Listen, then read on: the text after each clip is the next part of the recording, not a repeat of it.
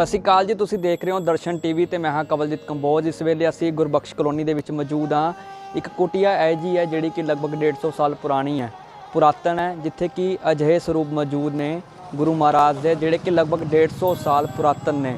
ਸੋ ਤਸਵੀਰਾਂ ਇਸ ਵੇਲੇ ਤੁਹਾਨੂੰ ਡੇਰੇ ਦੀ ਦਿਖਾ ਦਿੰਦੇ ਹਾਂ ਕਿ ਗੁਰਦੁਆਰਾ ਸਾਹਿਬ ਸੰਤ ਕੁਟੀਆ, ਡੇਰਾ ਸੰਤ ਬਾਬਾ ਪ੍ਰੀਤਮ ਸਿੰਘ ਜੀ ਰਸੀਆ ਖਾਲਸਾ।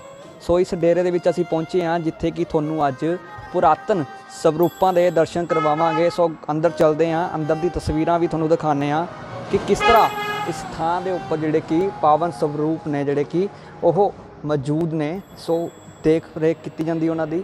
ਸੋ ਅਜਿਹੇ ਸ਼ਸਤਰ ਵੀ ਮੌਜੂਦ ਨੇ ਜਿਹੜੇ ਕਿ ਇਤਿਹਾਸ ਦੇ ਵਿੱਚ ਜਿਨ੍ਹਾਂ ਦਾ ਨਾਮ ਜਾਣਿਆ ਜਾਂਦਾ ਹੈ। ਸੋ ਸਭ ਤੋਂ ਪਹਿਲਾਂ ਜਿਹੜੇ ਪੁਰਾਤਨ ਸ਼ਸਤਰ ਨੇ ਤੁਹਾਨੂੰ ਉਹਨਾਂ ਦੇ ਦਰਸ਼ਨ ਕਰਾਵਾਂਗੇ। ਸੋ ਸਾਡੇ ਨਾਲ ਜਿਹੜੇ ਇਸ ਡੇਰੇ ਦੀ ਜਿਹੜੀ ਸੰਭਾਲ ਕਰਦੇ ਨੇ, ਇਸ ਡੇਰੇ ਦੇ ਮੁਖੀ ਨੇ, ਤੀਜੀ ਪੀੜ੍ਹੀ ਨੇ, ਜੋ ਉਹਨਾਂ ਨਾਲ ਗੱਲਬਾਤ ਕਰਦੇ ਹਾਂ। ਇਹ ਕੀ ਨਾਮ ਹੈ ਪਹਿਲਾਂ ਤਾਂ ਜੀ? ਮੇਰਾ ਨਾਮ ਜੀ ਸੰਤ ਬਾਬਾ ਸਰਬਜੋਤ ਸਿੰਘ, ਗੁਰਦੁਆਰਾ ਸਾਹਿਬ ਸੰਤ ਕੁਟੀਆ, ਗਲੀ ਨੰਬਰ 13, ਗੁਰਬਖਸ਼ ਕਲੋਨੀ, ਪਟਿਆਲਾ। ਇਸ ਤਰ੍ਹਾਂ ਕਿਹਾ ਜਾਂਦਾ ਕਿ ਉਰੇ ਪੁਰਾਤਨ ਸਰੂਪ ਅਤੇ ਪੁਰਾਤਨ ਜਿਹੜੇ ਨੇ ਸ਼ਸਤਰ ਮੌਜੂਦ ਨੇ। ਸੋ ਇੱਕ ਇੱਕ ਕਰਕੇ ਆਪਾਂ ਦਿਖਾਵਾਂਗੇ ਵੀ, ਦਰਸ਼ਨ ਵੀ ਕਰਵਾਵਾਂਗੇ ਸੰਗਤ ਨੂੰ। ਸੋ ਸਭ ਤੋਂ ਪਹਿਲਾਂ ਸ਼ੁਰੂਆਤ ਕਰਦੇ ਹਾਂ ਕਿ ਕਿਹੜੇ ਸ਼ਸਤਰ ਦਾ ਦਰਸ਼ਨ ਜਿਹੜੇ ਕਰਵਾਉਣ ਜਾ ਰਹੇ ਸਾਨੂੰ?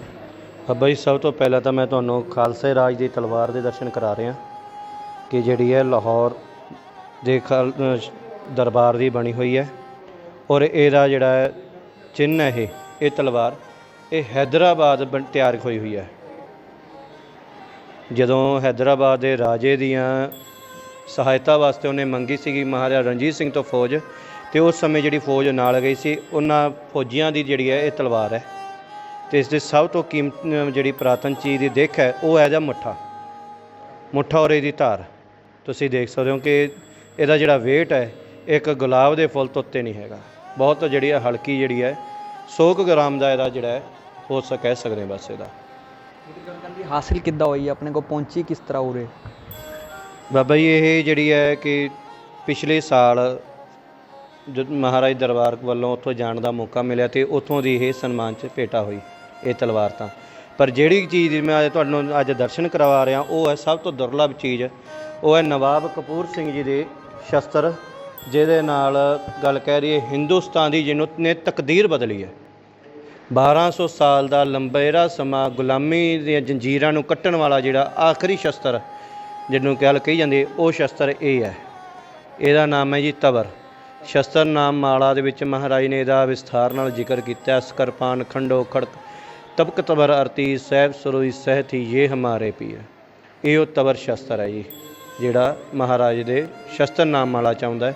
ਅਤੇ ਇਹਦੇ ਤੁਸੀਂ ਦੇਖ ਸਕਦੇ ਹੋ ਇੱਕ ਇਹਦਾ ਜਿਹੜਾ ਆਹ ਫਲ ਆ ਇਹ ਰੇਅਰ ਹੈ, ਇਹ ਡੰਡਾ ਬਾਅਦ 'ਚ ਪਾਇਆ ਗਿਆ।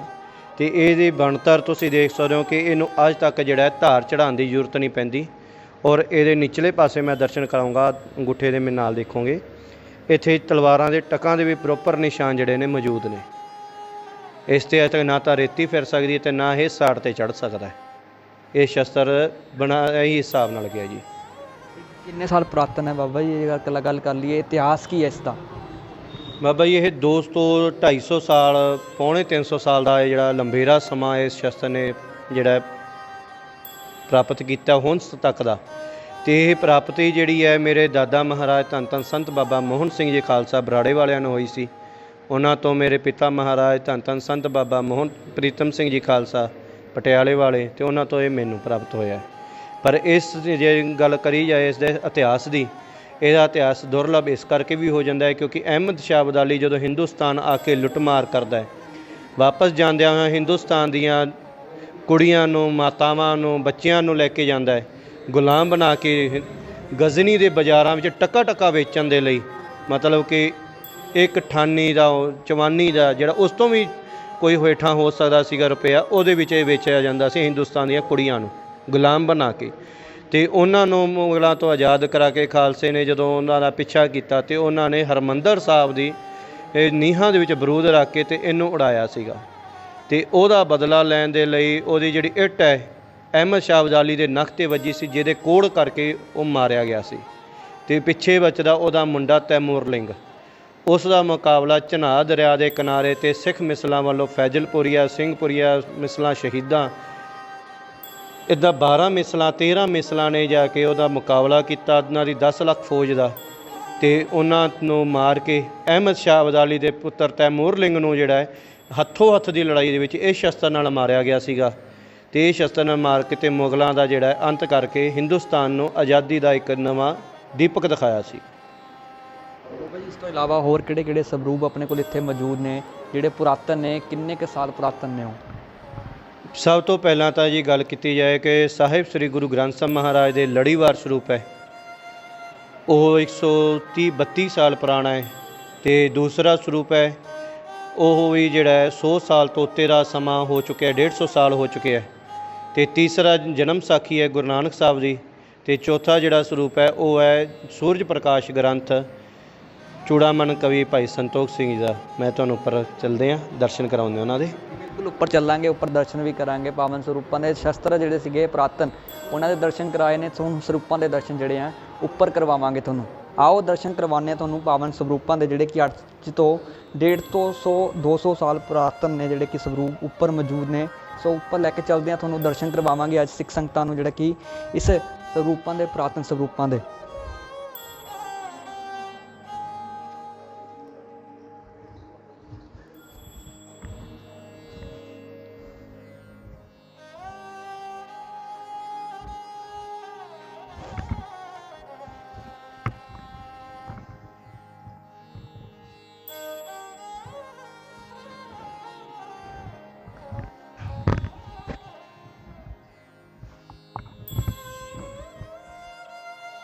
ਤੇ ਆਪ ਜੀ ਨੂੰ ਮੈਂ ਬਾਬਾ ਜੀ ਦਰਸ਼ਨ ਕਰਾ ਰਿਹਾ। ਪਹਿਲਾਂ ਤਾਂ ਸੂਰਜ ਪ੍ਰਕਾਸ਼ ਗ੍ਰੰਥ ਦੇ, ਜਿਹੜਾ ਕਿਹਾ ਜਾਂਦਾ ਹੈ ਕਿ ਚੂੜਾਮਨ ਕਵੀ ਭਾਈ ਸੰਤੋਖ ਸਿੰਘ ਜੀ ਦਾ ਲਿਖਿਆ ਹੋਇਆ। ਇਹ 7ਵੀਂ ਤੇ 8ਵੀਂ ਰਾਸ ਹੈ, ਮਤਲਬ ਕਿ 7ਵੇਂ ਪਾਤਸ਼ਾਹ ਤੇ 8ਵੇਂ ਪਾਤਸ਼ਾਹ ਦਾ ਹੈ। ਉਂਝ ਇਹ 9ਵੀਂ ਜਿਹੜੀ ਹੈ ਰਾਸ ਚੱਲ ਰਹੀ ਹੈ, ਅੱਗੇ 10ਵੀਂ ਰਾਸ ਆ ਜਾਵੇਗੀ। ਇਤਿਹਾਸ ਦੀ ਗੱਲ ਕਰ ਲਈ ਬਾਬਾ ਜੀ, ਇਹਦਾ ਇਤਿਹਾਸ ਕੀ ਹੈ ਇਸ ਦਾ?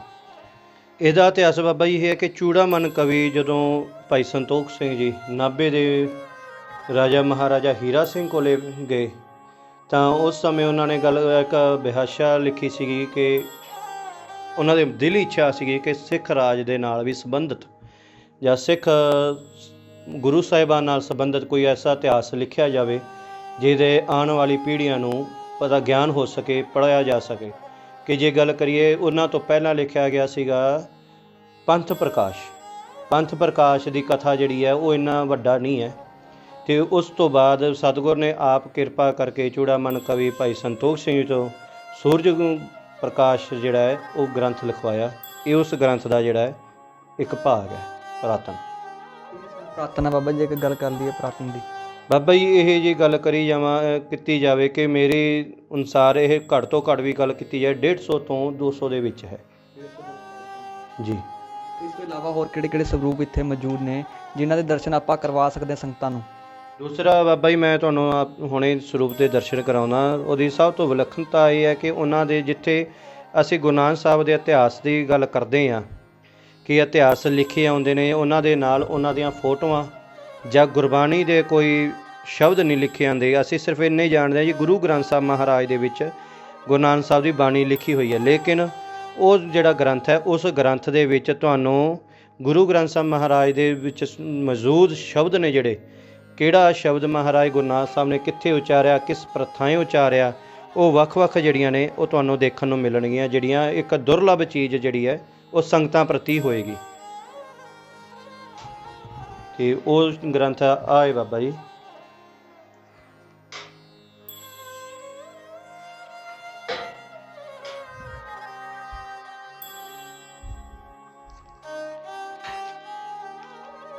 ਇਹ ਜਨਮ ਸਾਖੀ ਹੈ ਗੁਰੂ ਅੰਗਦ ਦੇਵ ਮਹਾਰਾਜ, ਭਾਈ ਪੈੜਾ ਤੇ ਮੋਖਾ, ਇਹ ਮਹਾਰਾਜ ਉਹਨਾਂ ਤੋਂ ਲਿਖਵਾਈ ਕਰਵਾ ਰਹੇ ਨੇ।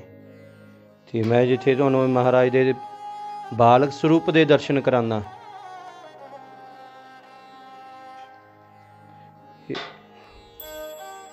ਇਹ ਸਤਿਗੁਰ ਦੇ ਪ੍ਰਕਾਸ਼ ਸਮੇਂ ਦੇ ਜਿਹੜੇ ਨੇ ਉਹ ਦਰਸ਼ਨ ਨੇ, ਜਿੱਥੇ ਮਾਤਾ ਤ੍ਰਿਪਤਾ ਜੀ ਬੈਠੀ ਹੈ, ਦੌਲਤਾਂ ਦਾਈ, ਪੰਡਿਤ ਹਰਦਿਆਲ ਦਾਸ, ਮਹਿਤਾ ਕਲਿਆਣ ਚੰਦਰ ਜੀ, ਦੇਵੀ ਭਗਵਤੀ ਆਈ ਹੋਈ ਹੈ, ਸ਼ਿਵ ਜੀ ਮਹਾਰਾਜ ਨੇ, ਗਣੇਸ਼, ਵਿਸ਼ਨੂੰ ਜੀ, ਬ੍ਰਹਮਾ ਜੀ ਬਿਰਾਜਮਾਨ ਨੇ। ਸਾਰੇ ਦੇਵਤੇ ਮਹਾਰਾਜ ਦੇ ਉਸ ਸਮੇਂ ਦੇ ਜਿਹੜੇ ਨੇ ਦਰਸ਼ਨ ਕਰਨ ਵਾਸਤੇ ਆਏ ਨੇ।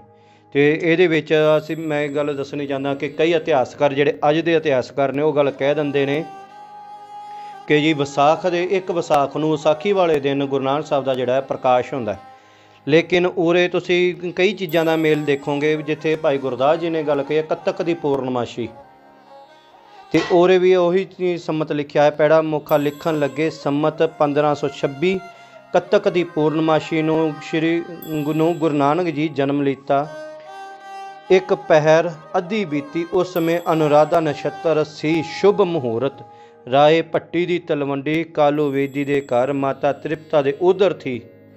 ਤੇ ਉਸ ਸਮੇਂ ਮਹਾਰਾਜ ਦੇ ਪਿਤਾ ਜੀ ਨੇ ਵੇਦੇ ਕਾਲੂ ਜੀ ਬਹੁਤ ਹਰਦਿਆਲ ਦਾਸ ਜੀ ਨੂੰ ਨਾਲ ਉਸ ਸਮੇਂ ਬੁਲਾ ਕੇ ਲਿਆਂਦਾ, ਤੇ ਉਹਨਾਂ ਦਾ ਸਾਰਾ ਜਿਹੜਾ ਹੈ ਇਹ ਲਿਖਿਆ ਹੋਇਆ ਵੇਰਵਾ। ਉਸ ਸਮੇਂ ਕੀ ਕਿੱਥੇ ਕਿੰਨੀ ਦੂਰੀ ਤੇ ਤਾਰੇ ਨਛੱਤਰ ਹਰ ਇੱਕ ਚੀਜ਼ ਜਿਹੜੀ ਹੈ ਬਹੁਤ ਡਿਟੇਲਿੰਗ ਦੇ ਨਾਲ ਇਹਦੇ ਵਿੱਚ ਲਿਖੀ ਹੋਈ ਹੈ। ਫਿਰ ਉਸ ਤੋਂ ਬਾਅਦ ਜੇ ਗੱਲ ਕਹੀਏ ਇਹਨਾਂ ਦੇ ਵਿੱਚ ਪ੍ਰੋਹਤਾਂ ਦੇ ਨਾਲ ਜਾਂ ਹੋਰ ਕਿਸੇ ਦਾ ਨਾਮ ਮਹਾਰਾਜ ਦੀ ਕਿਹੜੀ ਬਾਣੀ ਕਿੱਥੇ ਮਹਾਰਾਜ ਨੇ ਉਚਾਰਨ ਕੀਤੀ, ਕੀ ਕੀਤਾ, ਉਹ ਸਾਰੀ ਜਿਹੜੀ ਹੈ ਮਹਾਰਾਜ ਦਾ ਇਹਦੇ ਵਿੱਚ ਵੇਰਵਾ ਜਿਹੜਾ ਉਹ ਆਉਂਦਾ ਹੈ। ਹੁਣ ਉਰੇ ਤੁਹਾਨੂੰ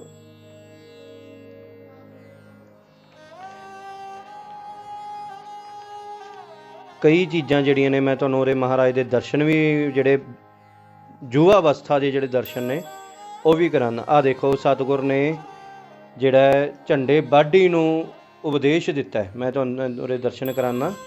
ਆਹ ਦੇਖੋ ਮਹਾਰਾਜ ਨੇ ਜਿਹੜੀ ਬਾਣੀ ਜਿੱਥੇ ਜਿੱਥੇ ਲਿਖੀ ਹੈ ਉਚਾਰਨ ਕੀਤੀ ਹੈ ਉੱਥੇ ਮਹਾਰਾਜ ਨੇ ਨਾਲ ਇਹਦਾ ਅੰਕਿਤ ਵੀ ਕੀਤਾ ਹੈ। ਰਾਮਕਲੀ ਰਾਗ ਦੀ ਬਾਣੀ ਹੈ ਮਹਾਰਾਜ ਨੇ ਬੋਲੀ ਕਿ ਰਾਮਕਲੀ ਰਾਗ ਹੋਰ ਰਾਗ ਜਿੱਥੇ ਮਹਾਰਾਜ ਨੇ ਬਾਕੀਆਂ ਦੇ ਉਚਾਰਨ ਕੀਤੇ ਨੇ ਉੱਥੇ ਮਹਾਰਾਜ ਨੇ ਸਾਰਿਆਂ ਰਾਜਿਆਂ ਦੇ ਨਾਲ ਜਿੱਥੇ ਜਿੱਥੇ ਹੋਰ ਕੀ ਕੁਛ ਮਹਾਰਾਜ ਨੇ ਕੀਤਾ, ਕਿੱਥੇ ਕਿੱਥੇ ਮਹਾਰਾਜ ਗਏ ਨੇ, ਉਹ ਸਾਰਾ ਕੁਛ ਜਿਹੜਾ ਇਹਦੇ ਵਿੱਚ ਬਿਤਾਂਤ ਹੈ। ਤੇ ਮੈਂ ਤੁਹਾਨੂੰ ਉਰੇ ਮਹਾਰਾਜ ਦੇ ਸਰੂਪ ਦੇ ਦਰਸ਼ਨ ਵੀ ਕਰਾਉਣਾ।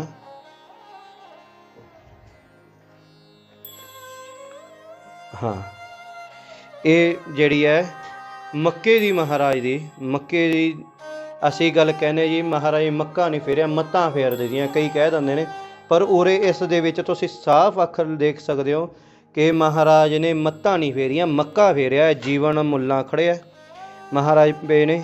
ਆਹ ਜਿਹੜਾ ਉੱਪਰ ਚਿੱਤਰਨ ਦਿਖ ਰਿਹਾ ਹੈ ਕਿ ਜਿਹੜੇ ਪਾਸੇ ਸਤਿਗੁਰ ਦੇ ਜੋ ਚਰਨ ਕਰਦਾ ਸੀਗਾ ਤੇ ਉਸੇ ਪਾਸੇ ਨੂੰ ਸਤਿਗੁਰ ਦੇ ਜਿਹੜੇ ਮੱਕਾ ਉਹਨਾਂ ਦਾ ਘੁੰਮ ਜਾਂਦਾ ਸੀਗਾ। ਕਿ ਉਹਨਾਂ ਕਹਿਣ ਦਾ ਮਤਲਬ ਇਹ ਸੀ ਕਿ ਅੱਲਾ ਜਿਹੜਾ ਇਕੱਲਾ ਪੱਛਮ ਦੇ ਵਿੱਚ ਨਹੀਂ, ਉਹ ਕਣ ਕਣ ਵਿੱਚ ਹੈ, ਚਾਰੋਂ ਦਿਸ਼ਾਵਾਂ ਵਿੱਚ ਹੈ। ਤੇ ਸਭ ਤੋਂ ਮੇਨ ਗੱਲ ਅਸੀਂ ਕਹਿੰਦੇ ਹਾਂ ਜੀ ਮਹਾਰਾਜ ਦੀ ਬਾਣੀ ਵਿੱਚ ਲਿਖੀ ਹੈ। ਕਈ ਅੱਜ ਕੱਲ੍ਹ ਦੇ ਇਤਿਹਾਸਕਾਰ ਜਾਂ ਮੌਲਾਣੇ ਇਹ ਗੱਲ ਕਹਿ ਦਿੰਦੇ ਜੀ ਅੰਦਰ ਕੋਈ ਕੌਂਸ ਨਹੀਂ ਰੱਖੀ, ਕੌਂਸ ਕੀਤਾ ਹੋਇਆ ਕਿ ਅੰਦਰ ਉਹ ਪਈਆਂ ਹੋਈਆਂ ਨੇ ਖੜਾਵਾਂ। ਆਹ ਮੈਂ ਤੁਹਾਨੂੰ ਦਿਖਾਉਣਾ ਚਾਹੂੰਗਾ ਕਿ ਆਹ ਜ਼ਰੂਰ ਦੇਖੋ ਜੀ, ਇਹ ਅੰਦਰ ਖੜਾਵਾਂ ਉਸ ਮੱਕੇ ਦੇ ਵਿੱਚ ਉਸ ਸਮੇਂ ਰੱਖੀਆਂ ਗਈਆਂ ਸੀਗੀਆਂ। ਹੁਣ ਉਹਨਾਂ ਨੇ ਚੱਕ ਦਿੱਤੀਆਂ, ਹੁਣ ਵੱਖਰੀ ਗੱਲ ਹੈ, ਪਰ ਉਸ ਸਮੇਂ ਇਹ ਚੀਜ਼ਾਂ ਜੇ ਲਿਖੀਆਂ ਸੀ ਨੇ ਤੇ ਉਹਨਾਂ ਦਾ ਕਿਤੇ ਨਾ ਕਿਤੇ ਇਸ ਚੀਜ਼ ਦਾ ਜ਼ਿਕਰ ਬਹੁਤ ਜ਼ਰੂਰੀ ਦਿੱਤਾ ਹੋਇਆ। ਤੇ ਉਰੇ ਮਹਾਰਾਜ ਪੂਰਾ 1 ਸਾਲ ਜਿਹੜਾ ਹੈ ਉੱਥੇ ਰਹੇ ਨੇ। ਇਹ ਰੁਕਨਦੀਨ ਦੇ ਨਾਲ ਮਹਾਰਾਜ ਦੇ ਸਵਾਲ ਔਰ ਜਵਾਬ ਇਹ ਵੀ ਮਹਾਰਾਜ ਨੇ ਉੱਥੇ ਲਿਖੇ ਨੇ। ਇਹ ਸੰਪੂਰਨ ਉਹਦੇ ਨਾਲ ਜਿਹੜਾ ਬਿਤਾਂਤ ਵਿਤਰਿਆ ਰਿਹਾ ਮਹਾਰਾਜ ਨੇ ਆਉਣ ਵਾਲਾ ਸਮਾਂ ਉਹਨਾਂ ਦੇ ਨਾਲ ਜਿਹੜਾ ਲਿਖਵਾਇਆ ਉਹ ਸਾਰਾ ਉਰੇ ਮਹਾਰਾਜ ਨੇ ਲਿਖਿਆ ਹੋਇਆ। ਇਹ ਸਵਾਲ ਔਰ ਜਵਾਬ ਜਿਹੜੇ ਨੇ ਮੁੱਲਾ ਜੀਵਨ ਨਾਲ ਹੋਏ ਨੇ ਜਿਹੜੇ, ਇਹ ਉਸ ਸਮੇਂ ਦੀ ਮੱਕੇ ਦੀ ਗੋਸ਼ਟ ਇਹ ਸੰਪੂਰਨ ਹੈ। ਤੇ ਇਹਦੇ ਵਿੱਚੋਂ ਦੀ ਹੁਣ ਜੇ ਤੁਹਾਨੂੰ ਇੱਕ ਹੋਰ ਸਭ ਤੋਂ ਅਹਿਮ ਚੀਜ਼ ਦਿਖਾਉਣਾ ਤੇ ਅਸੀਂ ਗੱਲ ਕਹਿੰਦੇ ਭਗਤ ਧਰੂ ਦੇ ਦਰਸ਼ਨ ਉਹਦੇ ਤੁਸੀਂ ਉਹਦੇ ਲੋਕ ਵਿੱਚ ਮਹਾਰਾਜ ਗਏ ਨੇ। ਇਹ ਸਾਖੀ ਭਗਤ ਧਰੂ ਦੀ ਹੈ। ਗੁਰੂ ਨਾਨਕ ਸਾਹਿਬ ਦੀਆਂ ਤੁਸੀਂ ਸਰੂਪ ਕਈ ਪ੍ਰਕਾਰੀ ਦੇਖੇ ਹੋਣਗੇ, ਲੇਕਿਨ ਆਹ ਸਰੂਪ ਤੁਸੀਂ ਕਦੀ ਦਰਸ਼ਨ ਨਹੀਂ ਕੀਤੇ ਹੋਣਗੇ ਜਿਹਦੇ 'ਚ ਬਾਲਾ ਵੀ ਮਰਦਾਨਾ ਵੀ ਹੈ ਔਰ ਗੁਰੂ ਨਾਨਕ ਸਾਹਿਬ ਵੀ ਮੌਜੂਦ ਨੇ। ਤੇ ਅਸੀਂ ਸ਼ਾਮ ਵੇਲੇ ਇੱਕ ਬਾਣੀ ਪੜ੍ਹਦੇ ਹਾਂ ਜਿਹਦਾ ਨਾਮ ਹੈ ਜੀ ਸੋਧਰ ਰਹਿਰਾਸ। ਸਹੀ ਨਹੀਂ ਜਾਣਦੇ ਉਹ ਕਦੋਂ ਔਰ ਕਿੱਥੇ ਉਚਾਰਨ ਕੀਤੀ ਹੈ, ਉਹ ਕਿੱਧਰੇ ਨਹੀਂ ਅਸੀਂ ਜਾਣਦੇ, ਪਰ ਉਰੇ ਮਹਾਰਾਜ ਨੇ ਉਹਦਾ ਮੈਂਸ਼ਨ ਕੀਤਾ ਕਿ ਮਹਾਰਾਜ ਨੇ ਉਹ ਸੱਚਖੰਡ ਤੋਂ ਸ਼ਬਦ ਲੈ ਕੇ ਆਏ ਸੀਗੇ। ਸੋ ਦਰ ਤੇਰਾ ਕਿਹਾ ਸੋ ਕਰ ਕਿਹਾ, ਸੋ ਦਰ ਕਿਹਾ ਸੋ ਕਰ ਕਿਹਾ, ਜਿਤ ਬੈ ਸਰਬ ਸਮਾਲੇ। ਉਰੇ ਮਹਾਰਾਜ ਨੇ ਬਕਾਇਦਾ ਉਹ ਸ਼ਬਦ ਸੰਪੂਰਨ ਲਿਖਿਆ ਹੈ। ਤੇ ਮੈਂ ਇੱਕ ਵਾਰ ਦਿਖਾਉਣਾ ਚਾਹਾਂਗਾ ਕਿ ਕਿਸੇ ਨੂੰ ਇਹ ਨਾ ਰਹਿ ਜਾਵੇ ਕਿ ਹਾਂਜੀ ਕਿੱਥੇ ਲਿਖਿਆ ਹੈ। ਅੱਗੇ ਸਾਖੀ ਸੱਚਖੰਡ ਮੈਂ ਜਾਣ ਕੀ ਚਲੀ, ਸੱਚਖੰਡ ਤੋਂ ਮਹਾਰਾਜ ਸ਼ਬਦ ਲੈ ਕੇ ਆਏ ਨੇ। जैसी में आवे खसम की बाणी तैसा करी ज्ञान वे ला लो। क्योंकि ਅਸੀਂ ਗੱਲ ਕਹਿ ਦੇ ਧੁਰ ਕੀ ਬਾਣੀ ਤਿੰਨ ਸਗਲੀ ਚਿੰਤ ਮਟਾਈ, पर उरे आ देखो मैं पहला उपर दिखाना चाहांगा कि संपूर्ण शब्द है नानक रहन रजाई। ऐसा सचखंड है जिसमें निरंकार विराजमान है। जदों श्री बाबे नानक जी ने सुनाता यह शब्द उच्चारण किया तां शब्द सत निरंकार सुन के बड़े प्रसन्न हुए। तां निरंकार ने हुक्म किया कि यह बाणी जिहड़ी है चारां वेदां तो ਸਾਰਿਆਂ ਤੋਂ ਅੱਗੇ ਇਹਦਾ ਉੱਤੇ ਇਸ ਬਾਣੀ ਨੂੰ ਪੜ੍ਹਨ ਵਾਲੇ ਦਾ ਕਲਯੁਗ ਦਾ ਪ੍ਰਤਾਪ ਕਰਕੇ ਜੀਵਨ ਬੁੱਧ ਮੈਲ ਨਹੀਂ ਹੋਵੇਗੀ, ਕਿ ਉਹਦੀ ਜਿਹੜੀ ਬੁੱਧ ਹੈ ਜੀਵਨ ਦੀ ਮੈਲ ਨਹੀਂ ਲੱਗੇਗੀ। ਤੇ ਇਹ ਜਿਹੜੀ ਹੈ ਸੱਚਖੰਡ ਦੀ ਫੋਟੋ ਹੈ ਮਹਾਰਾਜ ਦੀ ਬਣੀ ਹੋਈ ਜੀ। ਇਸ ਤੋਂ ਇਲਾਵਾ ਹੋਰ ਕਿਹੜੇ ਜਿਹੜੇ ਸਰੂਪ ਨੇ ਇੱਥੇ ਮੌਜੂਦ ਨੇ ਜਿਨ੍ਹਾਂ ਦੇ ਆਪਾਂ ਦਰਸ਼ਨ ਹੋਰ ਵੀ ਕਰਵਾ ਸਕਦੇ ਹਾਂ ਸਿੰਘ ਸੰਗਤਾਂ ਨੂੰ? ਉਸ ਤੋਂ ਇਲਾਵਾ ਬਾਬਾ ਜੀ ਹੁਣ ਮੈਂ ਤੁਹਾਨੂੰ ਜਿਹੜੇ ਮਹਾਰਾਜ ਗੁਰੂ ਗ੍ਰੰਥ ਸਾਹਿਬ ਮਹਾਰਾਜ ਦੇ ਸਰੂਪ ਦੇ ਦਰਸ਼ਨ ਕਰਾਉਣ ਲੱਗਿਆ, ਉਹ ਤਿੰਨ ਪ੍ਰਕਾਰੀ ਸਰੂਪ ਆਉਂਦੇ ਨੇ ਬਾਬਾ ਜੀ। ਪਹਿਲਾ ਆਉਂਦਾ ਸਭ ਤੋਂ ਵੱਡਾ, ਫਿਰ ਆਉਂਦਾ ਦਰਮਿਆਨਾ, ਤੇ ਫਿਰ ਆਉਂਦਾ ਸਭ ਤੋਂ ਛੋਟਾ ਜਿਸ ਨੂੰ ਸਫਰੀ ਸਰੂਪ ਕਹਿੰਦੇ ਨੇ। ਉਹ ਮੈਂ ਤੁਹਾਨੂੰ ਸਫਰੀ ਸਰੂਪ ਦੇ ਦਰਸ਼ਨ ਕਰਾਉਣ ਲੱਗਿਆ ਕਿ ਜਿਹਦੇ ਵਿੱਚ ਇਸ ਦੇ ਜਿਹੜੇ ਅੰਗ ਨੇ ਉਹ ਤਕਰੀਬਨ 1323 ਅੰਗ ਨੇ ਬਾਬਾ ਜੀ। ਇਹਦੇ ਅੰਗ ਹੀ 1323 ਅੰਗ ਨੇ ਇਹਦੇ ਦੇ ਸਰੂਪ ਦੇ। ਤੇ ਜੇ ਮੈਂ ਇਹਦੇ ਸੰਨ ਦੀ ਗੱਲ ਕਰਾਂ ਆਪ ਜੀ ਨੂੰ, ਵਾਹਿਗੁਰੂ ਜੀ, ਇਹ 400 ਹਾਂਜੀ 434 ਸੰਮਤ ਦਾ ਲਿਖਿਆ ਹੋਇਆ ਹੈ। ਇਹ ਵੀ ਮੁਨਸ਼ੀ ਗੁਲਾਬ ਰਾਏ ਦਾ ਲਿਖਿਆ ਹੋਇਆ। ਜਿਹੜਾ ਪਹਿਲਾਂ ਤੁਹਾਨੂੰ ਪੱਥਰ ਛਾਪਾ ਦਿਖਾਇਆ ਸੀਗਾ ਉਹ ਸਨ 1980 ਦਾ 1890 ਦਾ ਲਿਖਿਆ ਹੋਇਆ, 1890 ਦਾ ਲਿਖਿਆ ਹੋਇਆ ਜਿਹੜਾ ਪਹਿਲਾ ਦਰਸ਼ਨ ਕਰਾਇਆ ਸੀਗਾ। ਤੇ ਇਹ ਸੰਮਤ 434 ਦਾ, ਜੇ ਅੱਜ ਦੇ ਟਾਈਮ ਤੇ ਗੱਲ ਕਰੀਏ 552 ਸਾਲ ਚੱਲ ਰਹੇ ਨੇ। 552 ਦੇ ਵਿੱਚੋਂ ਤੁਸੀਂ ਦੇਖ ਸਕਦੇ ਹੋ ਕਿ ਆਪਣੇ ਆਪ 130-32 ਸਾਲ ਦਾ ਲੰਮੇਰਾ ਸਮਾਂ ਜਿਹੜਾ ਹੈ ਉਹ ਚੱਲ ਰਿਹਾ। ਇਹਦੇ ਵਿੱਚ ਸੰਪੂਰਨ ਇਹ ਲੜੀਵਾਰ ਮਹਾਰਾਜ ਦਾ ਸਰੂਪ ਹੈ। ਤੇ ਇਹਦੇ ਵਿੱਚ ਜਿਹੜੇ ਅੰਗ ਗੱਲ ਕਰੀਏ 1323 ਅੰਗ ਨੇ ਤੇ 18-10-20 ਤੱਕ ਦੀ ਇਹਦੀ ਸੰਪੂਰਨ ਬਾਣੀ ਹੈ। ਨਾ ਇੱਕ ਅੰਗ ਇੱਧਰ ਨਾ ਇੱਕ ਅੰਗ ਉੱਧਰ ਹੈ ਇਹਦਾ। ਇਹ ਸਭ ਤੋਂ ਜਿਹੜੇ ਹੈ ਦੁਰਲਭ ਚੀਜ਼ ਹੈ ਕਿ ਜਿਹੜੀ ਅੱਜ ਦੇ ਟਾਈਮ 'ਤੇ ਜੇ ਗੱਲ ਕਹਿ ਦਈਏ ਕਿ ਇਸ ਨੂੰ ਦਰਸ਼ਨ ਕਰਨਾ ਜਾਂ ਹੋਰ ਹੈ ਕਿ ਸਭ ਤੋਂ ਖਾਸ ਗੱਲਾਂ ਬਾਬਾ ਜੀ ਇਹਦੇ ਵਿੱਚ ਇੱਕ ਚੀਜ਼ਾਂ ਇਹ ਆ ਜਾਂਦੀਆਂ ਨੇ ਕਿ ਇਹਨਾਂ ਦੇ ਸਭ ਤੋਂ ਮੇਨ ਆ ਜਾਂਦਾ ਇਹਨਾਂ ਦੇ ਅੰਗਾਂ ਦੀ ਗੱਲ ਕੀਤੀ ਜਾਵੇ। ਅੰਗ ਇਹਨਾਂ ਦੇ ਬੜੇ ਨਰਮ ਨੇ। ਸਮੇਂ ਦੇ ਅਨੁਸਾਰ ਜਿਵੇਂ ਸਮਾਂ ਬੀਤ ਰਿਹਾ ਜਾਂ ਹੋਰ ਹੈ ਬੜਾ ਭੱਜ ਦੌੜ ਵਾਲਾ ਸਮਾਂ, ਉਹਨਾਂ ਸਮਿਆਂ ਦੇ ਵਿੱਚ ਵੀ ਇਹਨਾਂ ਦੇ ਜਿਹੜੇ ਅੰਗ ਨੇ ਉਹ ਬਹੁਤ ਹੀ ਜਿਹੜੇ ਨੇ ਕਾਰਗਰ ਨੇ ਅੱਜ ਦੇ ਸਮੇਂ। ਇਹ ਸ਼੍ਰੋਮਣੀ ਕਮੇਟੀ ਦਾ ਪਹਿਲਾ ਛਾਪਾ ਹੈ ਜੀ, ਜਿਹੜਾ ਭਾਈ ਚਤਰ ਸਿੰਘ ਜੀਵਨ ਸਿੰਘ ਦੇ, ਕਿਉਂਕਿ ਕਿਸੇ ਨੂੰ ਸ਼ਾਇਦ ਪਤਾ ਨਾ ਹੋਵੇ ਕਿ ਪਹਿਲੇ ਸਮੇਂ ਦੇ ਵਿੱਚ ਜਦੋਂ ਸ਼੍ਰੋਮਣੀ ਕਮੇਟੀ ਬਣੀ ਸੀ ਤੇ ਉਦੋਂ ਗੁਰੂ ਗ੍ਰੰਥ ਸਾਹਿਬ ਦੇ ਸਰੂਪ ਦੁਕਾਨ 'ਤੇ ਮਿਲਿਆ ਕਰਦੇ ਸੀ। ਹੁਣ ਤਾਂ ਸ਼੍ਰੋਮਣੀ ਗੁਰਦੁਆਰਾ ਪ੍ਰਬੰਧਕ ਕਮੇਟੀ ਕੋਲੋਂ ਮਿਲਦੇ ਨਾ ਜੀ, ਪਹਿਲਾਂ ਇਹ ਦੁਕਾਨ ਤੋਂ ਮਿਲਿਆ ਕਰਦੇ। ਉਹਨਾਂ ਦੇ ਇਹ ਐਡਰੈਸ ਹੈ ਇਹ ਸਾਰਾ ਕੁਛ। ਤੇ ਇਹ ਸੰਪੂਰਨ ਜਿਹੜੀ ਗੁਰੂ ਗ੍ਰੰਥ ਸਾਹਿਬ ਮਹਾਰਾਜ ਦੇ ਸੰਪੂਰਨ 1430 ਅੰਗ ਨੇ ਬਾਬਾ ਜੀ।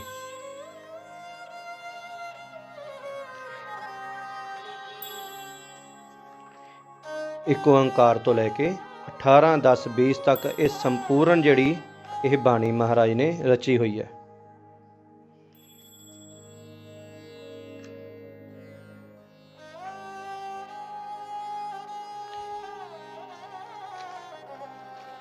ਇਹ 1430 ਅੰਕ ਨੇ ਸੰਪੂਰਨ।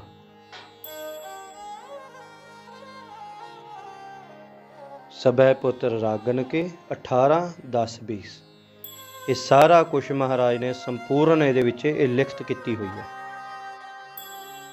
ਤੇ ਇਹਨੂੰ ਵੀ ਜੇ ਗੱਲ ਕਹੀ ਜਾਵੇ ਕਿ ਸ਼੍ਰੋਮਣੀ ਗੁਰਦੁਆਰਾ ਪ੍ਰਬੰਧਕ ਕਮੇਟੀ ਨੂੰ ਬਣਿਆ 100 ਸਾਲ ਤੋਂ ਉੱਤੇ ਦਾ ਸਮਾਂ ਹੋ ਚੁੱਕਿਆ ਤੇ ਇਹਨੂੰ ਵੀ 100 ਸਾਲ ਤੋਂ ਉੱਤੇ ਦਾ ਸਮਾਂ ਹੋ ਚੁੱਕਿਆ ਇਸ ਸਰੂਪ ਨੂੰ ਵੀ। ਪ੍ਰਾਪਤੀਆਂ ਦੀ ਗੱਲ ਕਰ ਲਈ, ਕਿਸ ਤਰ੍ਹਾਂ ਪ੍ਰਾਪਤੀਆਂ ਹੋਈਆਂ ਆਪਾਂ ਨੂੰ ਇਹਨਾਂ ਦੀਆਂ? ਬਾਬਾ ਜੀ ਇਹਦੀਆਂ ਜਿਹੜੀਆਂ ਪ੍ਰਾਪਤੀਆਂ ਨੇ, ਮੇਰੇ ਦਾਦਾ ਮਹਾਰਾਜ ਧੰਨ ਧੰਨ ਸੰਤ ਬਾਬਾ ਮੋਹਨ ਸਿੰਘ ਜੀ ਖਾਲਸਾ ਬਰਾੜੇ ਵਾਲਿਆਂ ਨੂੰ ਇਹ ਸਰੂਪ ਸਾਰੀਆਂ ਜਿਹੜੀਆਂ ਵਸਤੂਆਂ ਨੇ ਇਹ ਉਹਨਾਂ ਤੋਂ ਪ੍ਰਾਪਤ ਹੋਈਆਂ। ਤੇ ਉਹਨਾਂ ਤੋਂ ਬਾਅਦ ਮੇਰੇ ਪਿਤਾ ਮਹਾਰਾਜ ਮੇਰੇ ਗੁਰਦੇਵ ਧੰਨ ਧੰਨ ਸੰਤ ਬਾਬਾ ਪ੍ਰੀਤਮ ਸਿੰਘ ਜੀ ਖਾਲਸਾ ਪਟਿਆਲੇ ਵਾਲਿਆਂ ਨੂੰ ਪ੍ਰਾਪਤ ਹੋਈਆਂ। ਤੇ ਉਹਨਾਂ ਤੋਂ ਅੱਗੋਂ ਹੁਣ ਇਹ ਬਾਰੇ ਕਿ ਜਿਹੜਾ ਸਥਾਨ ਹੈ ਸੰਪਰਦਾਇ ਮਸਤੋਣਾ ਸਾਹਿਬ ਦੇ ਜਿਹੜੇ ਚੱਲ ਰਹੇ ਨੇ ਕਿ ਇਹ ਉਹਨਾਂ ਦੇ ਜਿਹੜੀਆਂ ਬੜੇ ਮਹਾਂਪੁਰਸ਼ਾਂ ਦੀਆਂ ਪ੍ਰਾਪਤੀਆਂ ਨੇ ਜੀ ਇਹਨਾਂ 'ਚ। ਜਿਸ ਤਰ੍ਹਾਂ ਵੇਖਿਆ ਹੈਗਾ ਕਿ ਪਾਵਨ ਸਰੂਪਾਂ ਦੇ ਜਿਹੜੇ ਦਰਸ਼ਨ ਨੇ ਤੁਹਾਨੂੰ ਉਹ ਵੀ ਕਰਵਾਏ ਨੇ, ਮਨ ਨੂੰ ਬੜੀ ਖੁਸ਼ੀ ਹੋਈ ਅੱਜ ਇਹ ਸਰੂਪ ਅਤੇ ਸ਼ਸਤਰ ਵੇਖ ਕੇ। ਸੋ ਕੈਮਰਾ ਪਰਸਨ ਗਰੇਜ਼ ਦੇ ਨਾਲ ਕਵਲਜੀਤ ਕੰਬੋਜ, ਦਰਸ਼ਨ ਟੀਵੀ ਪਟਿਆਲਾ।